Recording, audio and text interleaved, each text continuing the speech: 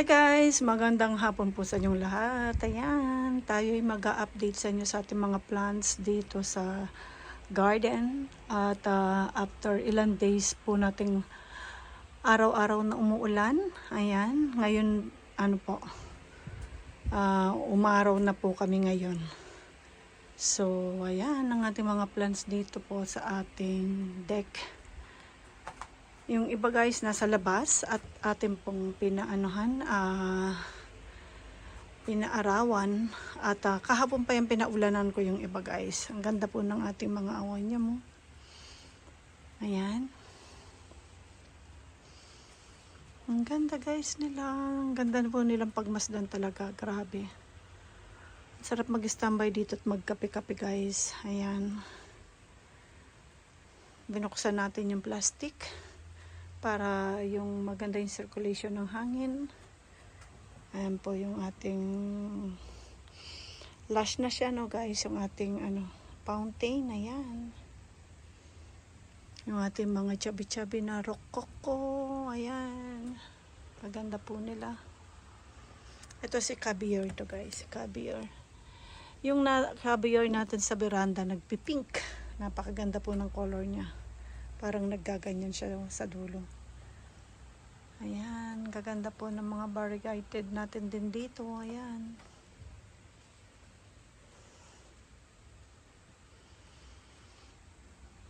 Hindi po ba? Gaganda nila guys. Si ito? Si Floridity. Si Opalina guys. Oh. Kinat natin. At yung mga babies natin na kinlinagay dito, ayan, medyo malalaki na sila guys. Ayan. May mga variegated dito halo. Halo-halo yan kasi mga leaf propagation natin yung mga yan guys. Kaganda po nila. Ayan, dapat ito inilabas ko kaso kasi wala nang madaanan sa labas guys. So, hindi ko na muna siya inilabas. Ayan. Si Opalina, doon natin siya kinuha. Ayan, diniligan na muna natin siya. Tignan nyo guys yung aking kinat. Ayan. Nag-try lang ako si Eliquin. Napakaganda po ng ni Eliquin. Ayan. Tinry ko lang ikat yung isa. Ayan, tignan nyo guys. Ang daming suli. Di po ba? Nagsusuli na siya. Baka ikat natin yan guys after ng baka balak kong ikat kasi maganda ang tubo ni Eliquin, tsaka napakaganda ng color niya pagdating ng winter. Pink talaga siya, so para siyang ice cream ang tubo niya pa taas. So ang parang kaya ko siya kinat guys kasi ang tubo niya pataas. Kinuha ko yung rosette kasi naalala ko nung itanim ko si Eliquin, maliliit lang sila na yung rosette niya. Pag kinat mo siya guys, ang dami mong makukuha dahon. Tapos, ayan pa, ganyan pala siyang magsuli. So, parang nakita ko yung pagtubo ng suli niya, napakaganda. Ayan, at parang gusto ko na rin ikat yan. Siguro hindi ito kasi magsa-summer kami, after na ng summer, or late summer na. Yung pa-autumn season na kami, tsaka ako ikakat. Tatry natin. Ayan, gaganda ng mga ebony natin doon. Mas maganda, alam niyo ba guys, mas maganda yun pag nasa top. Kaso kasi binaba ko na sila. Ayan, si ito guys, si lemon berry. Ayan po, yung ating mga plants dito. At yung mga nandun, yung aking guys, ayan nagdadry siya sa labas, ay sa loob ng bahay. Linabas ko muna siya at diniligan ko siya ngayon. Yung ating parang banana na yan. Ang dami ko niyan dati guys, sineperate ko, hindi namatay. Ay, hindi yung isa ata, parang buhay pa, yung stem, pero wala na yung dahon niya. Ayan. Ito, bala kong i-repat, itong mga ito. Si, variegated luella. Bala kong i-repat dyan, kaya tinanggal ko siya sa pwesto niya. Ganda po nila, no? Yung ating mga variegated na purple delight, ayan po sila. Napakaganda rin nila. Ito si guys, Eliquin, ayan, no? Ganyan ang tubo niya. Ayan o. Bagay siya sa akin ganito niyang pots. Ayan. So, ayan guys. Ito yung isang arrangement natin. Dito siya. Yung isa nitong, linabas ko siya kanina, guys. So, ayan po yung ibang Purple Delight variegated natin na after natin makata, yan po yung tumubo na nilang suli, guys. Ayan, oh. Ang gaganda nila. Dami nilang suli. Yung iba dyan, guys, dahon. Yung yellow dun dahon. Meron nga dito parang white na tumutubo yun. Oh, tingin ko yun, sensitive yun pag nag-summer. So, ayan po, yung mga plants natin dyan. Mga wonium natin dito. Ayan, napakaganda. Di po ba? Ayan, naglalakyan na sila. Yun ang mga maliliit, guys, nandito. Diyan ko sila inilagay. Na, linipat ko na sila ng pwesto. Kasi, sensitive bang mga yan eh, pag sobrang init.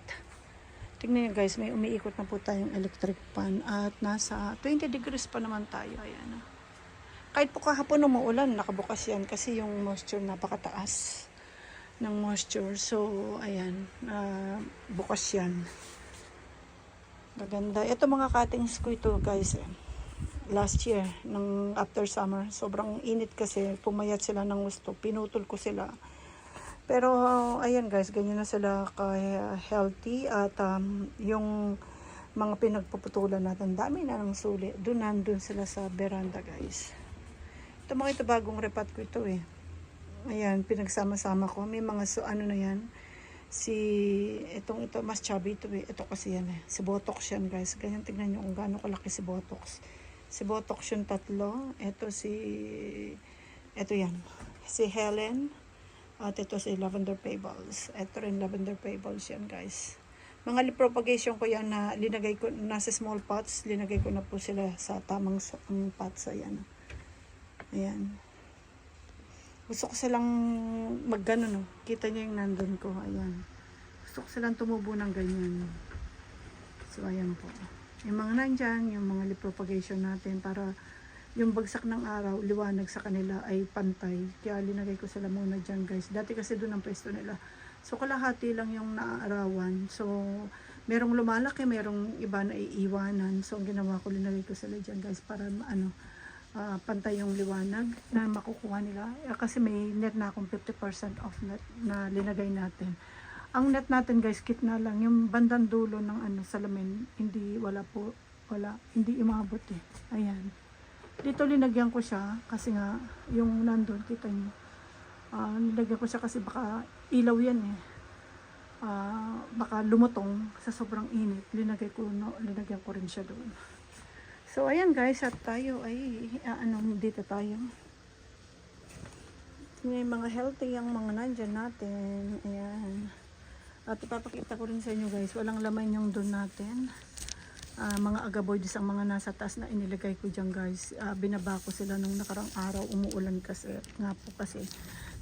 may bubong yan, super dry sila. So ginawa ko, pinaulanan ko rin sila nandyan. Tignan nyo, ito linabas ko rin guys.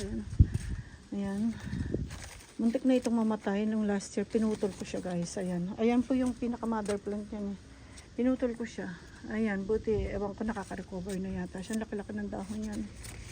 Pero meron akong malalaki sa bahay guys. So ayan yung mga gaboides na nandyan guys na hindi ko pa mamaya ipapasok ko na sila guys. Kasi pinapatuyo ko lang muna sila dahil ilang days, 2 days silang pinaulanan ko guys. Ayan, maganda yung malakas yung ulan kasi namin. So ayan, pinaulanan natin. So basang-basa yung mga plants natin dyan. Kahit yung mga nasa lupa guys, nag-chubby sila. So parang ang gaganda nilang tignan. So ayan, mga award siya natin. Dito diniligan ko rin ito mga ito kanina. Hindi na diligan ng mga yan eh. Ito basa pa. Ito mga ito ay super dry. Ayan, diniligan po natin. Tignan nyo guys, ang dami na nila. No? Ang dami na po nila. Ito variegated. Tignan nyo, ang dami ng suli. Ayan. Tingnan niyo yung mga naripat ko last year guys. Halos mapuno na niya. Ayan, dito ko yan kinuha. Nung kinuhanan ko ito, konti na lang siya. Tingnan niyo, napupuno na naman siya. Ayan. Dinilagan ko rin ito ngayon. Ayan. Ang bigat niya guys, ang bigat niya. Kaya yung nananakit yung mga kamay ko, hindi pa nakaka-recover yung kamay ko guys.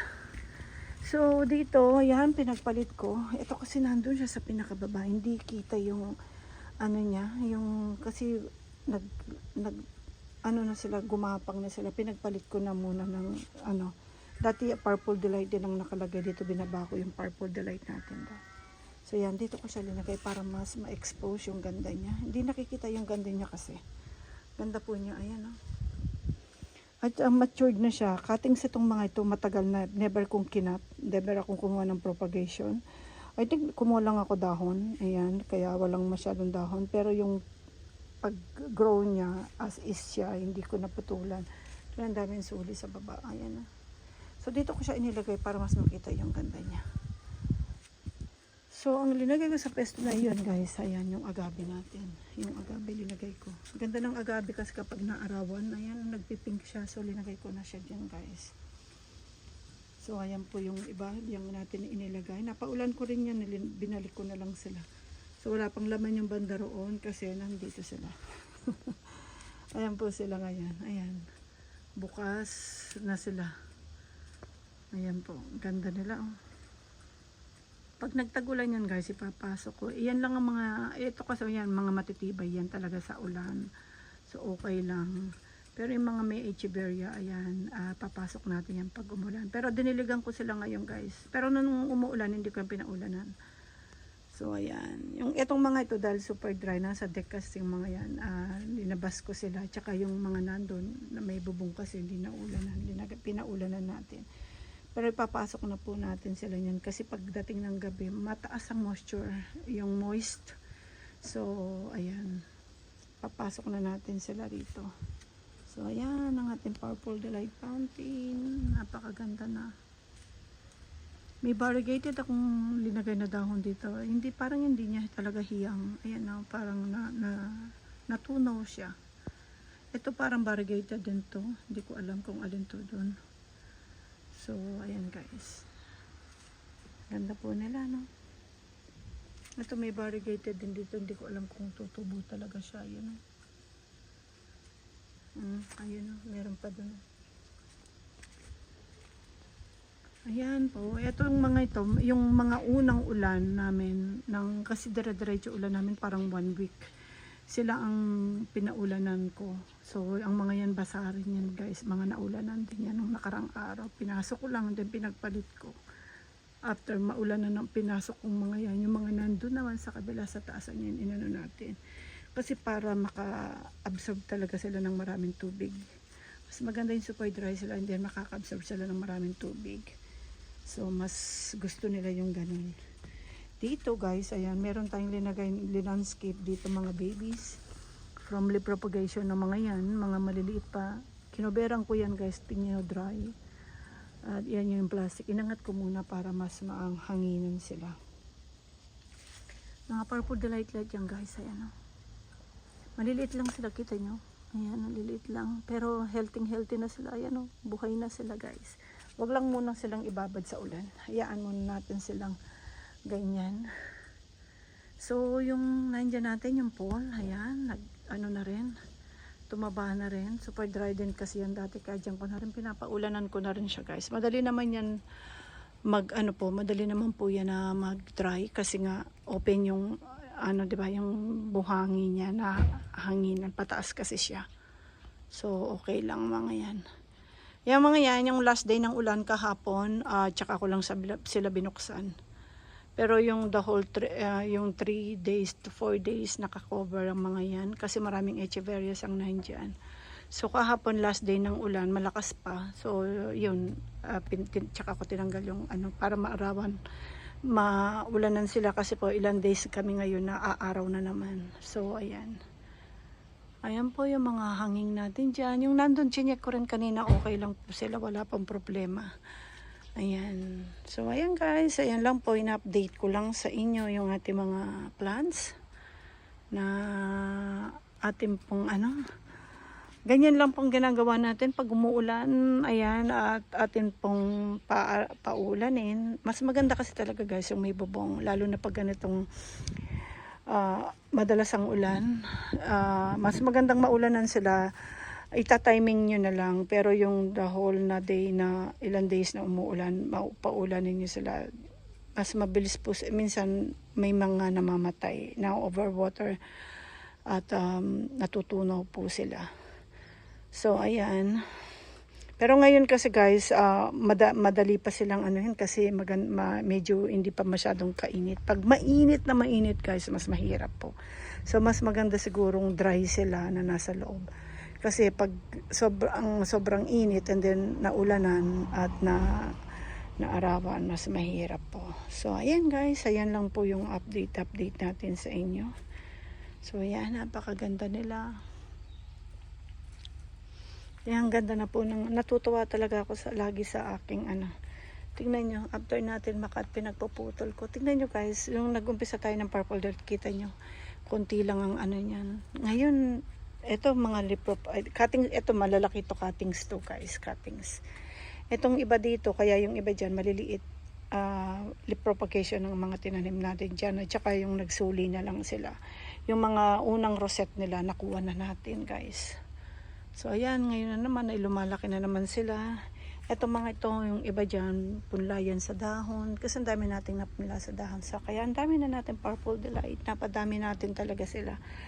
So ngayon ang paborito kong i-propagate na naman, ayun, yung aking ghosty. Ayan guys, nakaisa na tayong ganyang laki. At ayun yung mga pinagpuputulan natin. At ang dami na po nilang suli guys. Ayan. Kahit yung nasa taas natin, ang daming suli. Kahit yung nakita ko kaninang nandun sa taas ay So ayan na naman yung paborito natin mga ipadamihin kasi napakaganda rin ni Costit, matibay. Ayan po guys, ayan. At saka yung ating mga California sunset na ayan, napakaganda ho nila. Ito ngayon guys, hindi ako si